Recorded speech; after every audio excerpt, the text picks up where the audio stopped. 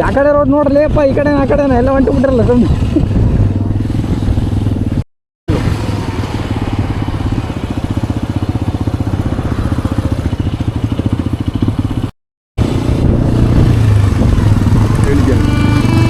ಎಷ್ಟು ಚೀಪ್ ಅನ್ನಿಸ್ಬಿಡ್ತು ಅಂದರೆ ಹಿಂದ್ಗಡೆ ಅಂತಾನಲ್ಲ ಅಂಕಲ್ ಅಷ್ಟು ಬೆಟ್ಟಕ್ಕೆ ಹೋಗೋದು.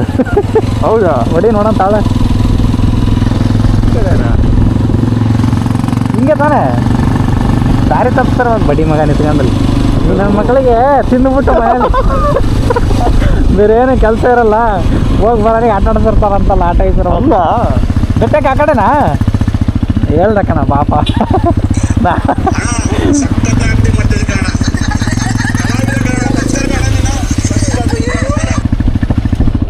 ಅಜಯ್ ಇಲ್ಲಿ ಬೆಟ್ಟಕ್ಕೆ ಯಾವ ಸೈಡ್? ಹಾಂ, ಅರಳಿ ಮರ.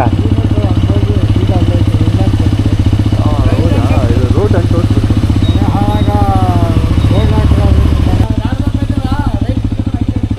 ಹಾಂ ಸರಿ ಅಣ್ಣ, ಥ್ಯಾಂಕ್ಸ್.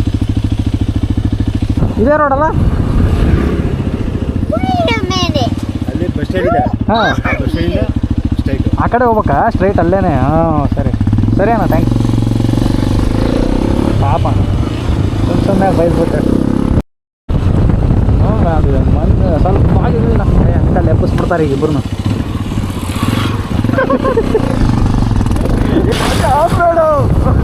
ಎಬ್ಸಿದ ನೋಡ್ದು ಅವನಿಗೆ.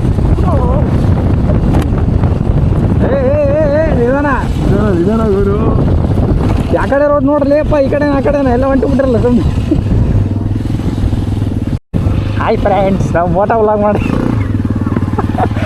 ವ್ಲಾಗ್ ಮಾಡೋಣ ಅಂತ ಆಫ್ ರೋಡಿಂಗ್ ಆಚೆಲ್ಲ ಬೆಟ್ಟಕ್ಕೆ ಬರೋಕೆ ಹೋದ್ವಿ.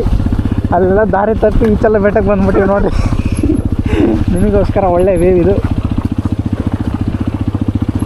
ಸ್ಲೋ ಇಡಿ.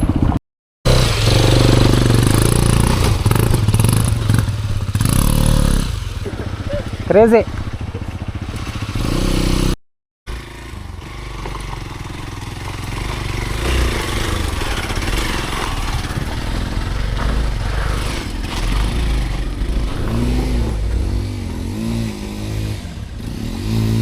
ಏ ಕಲ್ಲಾಯ್ತು, ಹುಷಾರಿ.